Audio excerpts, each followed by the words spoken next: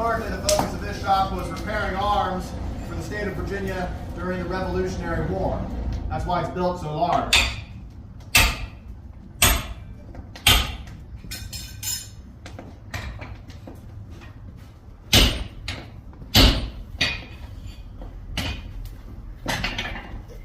How long would it take to make one tool? Well, to make an axe like the one we're working on right now, I would say an axe like this might take an hour or two of work if you're good at what you're doing. And that's a really big factor. How many of these have you made before? Is it your whole business to make axes, or is it the first axe you've ever made? That really has a big influence in how long something takes.